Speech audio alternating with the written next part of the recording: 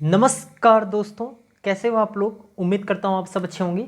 मैं Prince sir आपको इस यूट्यूब चैनल पर सोशियोलॉजी सब्जेक्ट पढ़ा रहा हूँ। मेरा यूट्यूब चैनल प्रिंस 21 पांडे और इसके साथ मेरा मोबाइल नंबर है 9807781640 9807781640, जिस पे आपको यूजीसी नेट से संबंधित सोशियोलॉजी और इसके साथ ही साथ यूजीसी नेट का प्रथम प्रश्न पत्र से संबंधित एनी क्वेरीज हो, आप इस नंबर पे कांटेक्ट कर सकते हो। मैं आपको बताना चाहूँगा कि हमारी रेगुलर बेसिस पर जूम ऐप पे ऑनलाइन क्लास सोशियोलॉजी की सुबह 8 से 10 बजे के बीच में चल रही है, रनिंग में है। इसके साथ ही हमारा जो यूजीसी नेट प्रथम प्रश्न पत्र है उससे संबंधित भी आपको मटेरियल और साथ में उसकी जो क्लासेस है वो आपको प्रोवाइड की जा रही है। अगर आप इंटरेस्टेड हैं, आप ज्वाइन करना चाहते हैं,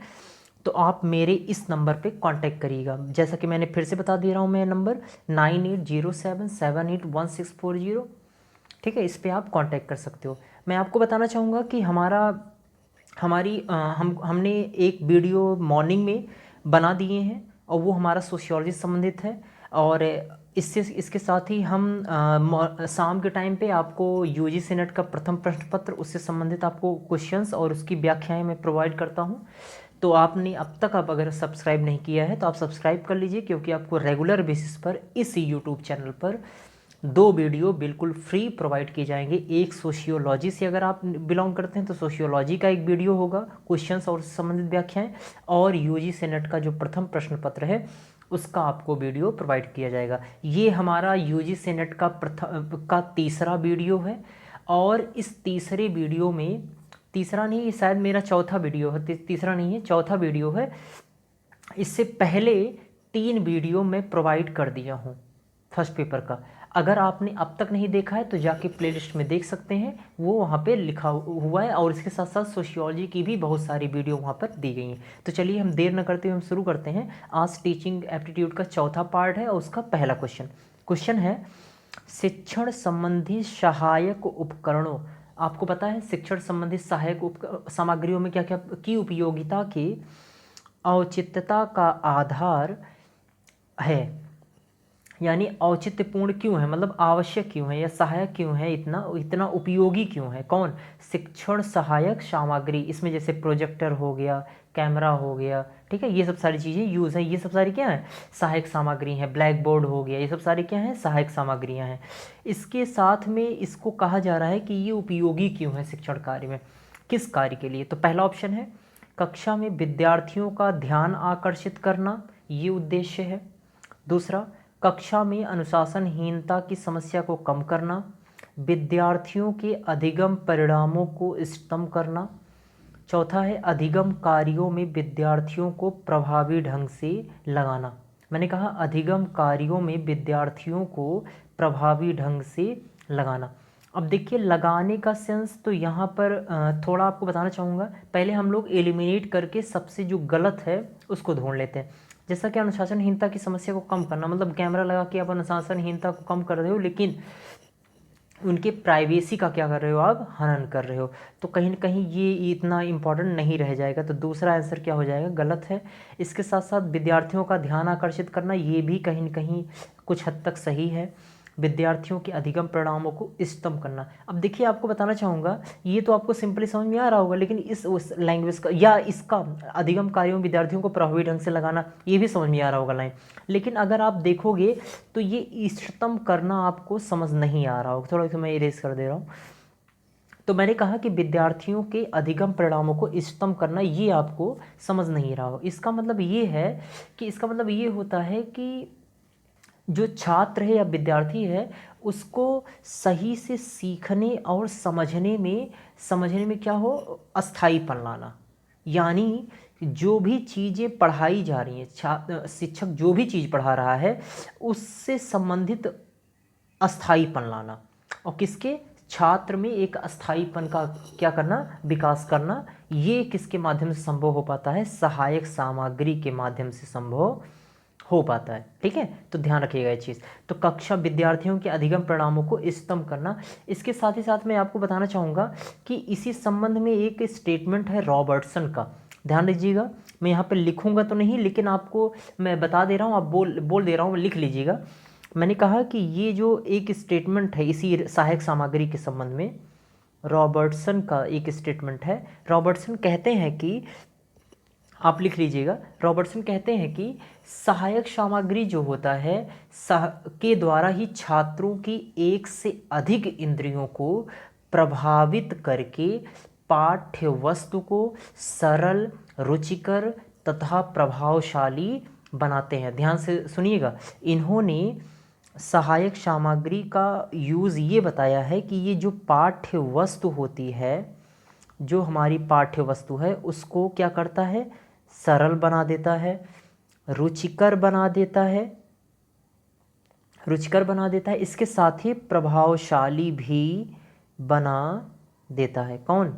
सहायक सामग्री। ओके, तो किसके अनुसार? रॉबर्टसन के अनुसार। ये भी याद कर ही रहेगा क्योंकि एग्जाम के लिए आपके इंपॉर्टेंट है। ठीक है, आइए आगे चलते हैं। तो आपको समझ में आ गया इसका आंसर क्या होगा, इसका करेक्ट आंसर विद्यार्थियों के अधिगम परिणामों को इष्टतम करना। ओके, चलिए हम लोग नेक्स्ट क्वेश्चन चलते हैं। दूसरा क्वेश्चन है, देखिए दूसरा क्वेश्चन कोट करके मिलान वाला थोड़ा है, ध्यान दीजिएगा, ये चीज़ ध्यान से देखिएगा। क्वेश्चन मैंने कहा कि मूल्यांकन प्रणाली से संबंधित है क्वेश्चन। मूल्यांकन प्रणाली की दृष्टि से सेट 1 के मदों को सेट 2 के मदों के साथ सुमेलित कीजिए और सही कोट का चयन कीजिए। मैंने कहा मूल्यांकन प्रणाली की दृष्टि से सेट 1 के मदों को सेट 2 के मदों के साथ सुमेलित कीजिए, सही कोट का चयन कीजिए। सेट 1 है, सेट 2 है। देखिए मूल्यांकन के बारे में पहले हम थोड़ा डिस्कस कर लेते हैं। मूल्यांकन, जैसा कि आपको पता है कि मूल्यांकन होता कब है, यानी जो शिक्षार्थी है वो विद्यार्थी के जो शिक्षक है वो शिक्षार्थी के क्या करता है कि शिक्षा देने के बाद उनका क्या करता है कि मूल्यांकन करता है। मूल्यांकन क्यों करता है? मतलब उसका जो समझाया हुआ या जो उसका जो ज्ञान दिया हुआ होता है विद्यार्थी को, वो कितना हद तक वो सीख पाया है विद्यार्थी। इसको जानने के लिए वो क्या करता है, मूल्यांकन प्रणाली का प्रयोग करता है। तो मूल्यांकन में कुछ प्रकार लिखे गए हैं, चलिए हम 1 बाय 1 जानते हैं। ठीक है, तो पहला प्रकार है रचनात्मक मूल्यांकन, फॉर्मेटिव इवैल्यूएशन। फॉर्मेटिव इवैल्यूएशन, जैसा कि मैं आपको बताना चाहूँगा कि इसके संबंध में और संकलनात्मक मूल्यांकन के संबंध में मैंने पिछले वीडियो में अच्छे से बताया है। ठीक है, अब जिसने वो वीडियो देखा है वो इस क्वेश्चंस को आसानी से कर पाएगा। तो आप ध्यान रखिएगा, अगर आपने अभी नहीं देखा है तो आप जाके उसमें देख लीजिएगा और अच्छे से। तो चलिए क्वेश्चन मैंने कहा रचनात्मक मूल्यांकन, दूसरा संकलनात्मक मूल्यांकन, थोड़ा स्क्रॉल करते हैं। तीसरा है सतत और व्यापक मूल्यांकन, इस सब के बारे में मैंने बताया है। मानक और निकष संदर्भित परीक्षण, नॉर्म्स और क्राइटेरियन रेफरेंस्ड टेस्ट। ठीक है, ये कोड दिए गए, कोड हम लोग नहीं, पहले हम क्वेश्चंस पहले सारे डिस्कस करते हैं। आपको बताना चाहूँगा कि जो मानक और निकष संदर्भित परीक्षण है, इससे संबंधित अगर आप सेंटेंस देखोगे तो सेंटेंस में देखो यहाँ पे इस क्या क्या दिया है। पहले वाले में पहले देख लेते हैं, नियमितता के साथ संज्ञानात्मक सह संज्ञानात्मक पहलुओं का मूल्यांकन करना। नियमितता यानी रेगुलेशन के आधार पर, यानी कंटिन्यूटी के आधार पर संज्ञानात्मक सह संज्ञानात्मक पहलुओं का मूल्यांकन करना। अब देखिए यहाँ पे कंटिन्यूटी का कहीं पे है, कंटिन्यूस का देखो यहाँ पे है, तो आपका सी का आंसर क्या हो जाएगा, 1। दूसरा, किसी समूह और कुछ मानदंडों के आधार पर परीक्षण और उनकी व्याख्या करना। किसी समूह और कुछ मानदंडों के आधार पर, मानदंड यानी देखिए यहाँ पे नॉर्म्स है ना, तो मानक और निकष संदर्भित परीक्षण का क्या हो जाएगा, डी का answer is a 2 answer. Next, अंतिम अधिगम परिणामों का श्रेणीकरण, प्रश्नोत्तरी और चर्चाएं। देखिए अंतिम आपको एक चीज़ और बताना चाहूँगा, रचनात्मक मूल्यांकन और संकलनात्मक मूल्यांकन में अंतर ये भी होता है कि आपने जैसा देखा होगा कि वार्षिक परीक्षाएं, आपकी जो वार्षिक परीक्षाएं होती हैं, ये वार्षिक परीक्षाएं कब होती हैं, आपके सारे शिक्षण जो प्रक्रिया है उसके सबसे लास्ट का क्या होता है, उस स्टेप होता है मूल्यांकन का। ठीक है, तो रचनात्मक मूल्यांकन, तो रचनात्मक मूल्यांकन में आपको बताना चाहूँगा कि ये जो रचनात्मक मूल्यांकन है, लेकिन रचनात्मक मूल्यांकन क्या होता है, इसमें बीच में ही टेस्ट कर ऑर्गेनाइज कर लिया जाता है। जैसे आपका मंथली टेस्ट हो, ठीक है, वीकली टेस्ट हो या प्रश्नोत्तरी हो, ठीक है, डिस्कशन रख दिया जाए टॉपिक पर। ये सब सारी चीज़ कब होता है, ये सब बीच में, यानी जो शिक्षण प्रक्रिया है, शिक्षण कार्य है, उसके दौरान ही ये सब सारी की जाती हैं। और ये किसकी विशेषता है, रचनात्मक मूल्यांकन की विशेषता है। तो रचनात्मक मूल्यांकन की देखिए इसमें कुछ है, अंतिम अधिगम परिणाम, तो ये नहीं होगा, प्रश्नोत्तर और चर्चाएं ये होगा। तो इसका पहला आंसर क्या हो गया, फोर्थ। और संकलनात्मक मूल्यांकन क्या होता है, इसमें जो भी मूल्यांकन किया जाता है, सारी शिक्षण प्रक्रियाएं क्रियाएं कंप्लीट होने के बाद मूल्यांकन कार्य किया जाता है किसी छात्र का। तो देखिए अंतिम अधिगम परिणामों का श्रेणीकरण, तो आपका आंसर क्या हो जाएगा, बी का थर्ड आंसर। ठीक है, तो आई होप समझ में आ गया होगा। चलिए अब हम लोग मिला लेते हैं एक एक करके। 1 2 को सी का मैंने किसका माना था, सी का मैंने माना था 1 और डी को माना था 2। देख लेते हैं, यहाँ पे मिला लेते हैं कोड में। सी का 1, सी का 2 है, नहीं सी का 1 है और डी का 2। देखिए यहाँ पे कहीं है ऑप्शन, देखिए पहले वाले में है, तो पहला आंसर आपका क्या हो जाएगा, सही आंसर हो जाएगा। ओके, आप इसको अच्छे से और फिर मिला लीजिएगा। चलिए आगे हम क्वेश्चन नेक्स्ट देखते हैं।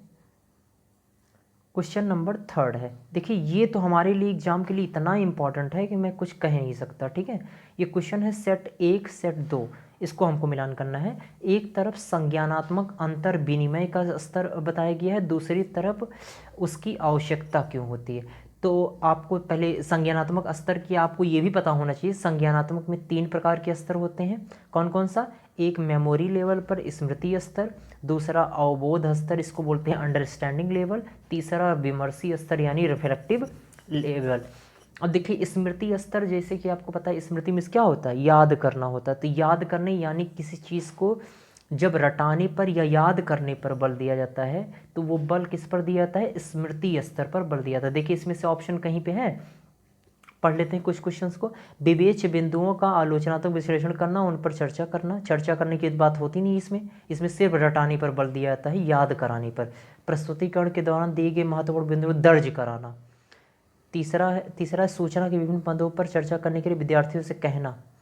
फिर किसी बिंदु के उदाहरणों और गैर उदाहरणों को पृथक करने का अवसर देना। देखिए दर्ज करना ही क्या होता है, याद कराना होता है। ठीक है, प्रस्तुतिकरण के दौरान दिए गए महत्वपूर्ण बिंदुओं को दर्ज कराना, तो ये इसका आंसर क्या हो जाएगा, स्मृति स्तर का आंसर हो जाएगा तीसरा। ठीक, सॉरी तीसरा कह दिया, देखिए मिस्टेक हो गई, दूसरा। ठीक है, मैंने बताया सही था लेकिन मार्क गलत लगा दिया, दूसरा। यानी महत्वपूर्ण बिंदुओं को दर्ज कराना या याद कराना, ये होता है स्मृति स्तर में। उसके साथ ही दूसरा अवबोध स्तर या विमर्शी देख लेते हैं। विमर्शी में क्या होता है, विचार विमर्श होता है, यानी किसी बिंदु के उदाहरणों गैर उदाहरणों को पृथक करने का अवसर देना, ये होता है। या विमर्शी अवबोध स्तर, ये तो अंडरस्टैंडिंग पे होगा। ठीक है, और इसके साथ ही आपको देखेंगे विवेच्य बिंदुओं का आलोचनात्मक विश्लेषण करना और उन पर चर्चा करना। तो चर्चा करना ये हो जाएगा विमर्शी स्तर पर, रिफ्लेक्टिव बेसिस पर। ठीक है, विवेच्य बिंदुओं पर। और इसके साथ ही अवबोध जो स्तर है ये होगा सूचना के विभिन्न चर्चा करने के लिए विद्यार्थियों से कहना। नहीं, अवबोध स्तर अंडरस्टैंडिंग लेवल गैर बिंदुओं का ये है, तो बी का आंसर हो जाएगा। तो ए का हो गया 2, देख लेते हैं आंसर, चलिए चेक कर लेते हैं कोट वाला। एक आंसर हो गया 2, देखिए इसमें कहीं 1 2 में है, 1 और 3 में दिया गया। और देखिए मिला लेते हैं, मैंने कहा था विमर्श सी का 4, देखिए सी का 4 किस में है, सी ये थर्ड वाले में। तो इसका आंसर क्या हो जाएगा, third answer is the correct answer. I hope समझ में आया होगा। देखिए हम आपको 3 क्वेश्चन 4 क्वेश्चन ही अपनी वीडियो में करा रहे हैं, लेकिन आप यकीनन मानिए जो भी आपको कराया जा रहा है वो कॉन्सेप्चुअल कराया जा रहा है। मैं पहले भी कहा था हमारा टारगेट ज़्यादा से ज़्यादा क्वेश्चंस करना नहीं है, जो क्वेश्चंस करना उसे बहुत व्याख्यात्मक ढंग से और अच्छे रूप में करने पर बल दिया जाएगा जो भी हमारा वीडियो होगा। ठीक है, और इसी तरीके हम सोशियोलॉजी में भी हम ये काम करने का प्रयास कर रहे हैं। और अगर आपको इससे संबंधित और भी सारी जानकारियाँ लेनी है, मटेरियल्स आपको लेना है, तो आप इस नंबर पे कांटेक्ट कर सकते हैं। मैं दोबारा कह दे रहा हूँ, और 9807781640। ठीक है, इस पर आप कांटेक्ट करिए, जो भी आपको इसके बारे में जानकारी लेना हो आप ले सकते हैं। यूजीसी नेट प्रथम प्रश्न पत्र, उसके साथ साथ सोशियोलॉजी का। मैं आपको बताना चाहूँगा कि अगर आपको और इस चीज़ लास्ट में कि अगर आपको वीडियो अच्छा लगा तो प्लीज़ लाइक करिएगा, अपना कमेंट दीजिए, सुझाव भी दीजिए अपना। कि इसमें और क्या सुधार किया जा सकता है, और इसको शेयर करिए अपनी रिस्पॉन्सिबिलिटी मानकर अधिक से अधिक लोगों को, ठीक है। और जो नए हैं वो सब्सक्राइब कर सकते हैं, और साथ में बेल आइकन भी दबा दीजिएगा, क्योंकि उससे ही आपको नोटिफिकेशन तुरंत मिल जाया करेगा। तो thank you so much, please do like share and subscribe the video and press the bell icon. Thank you so much.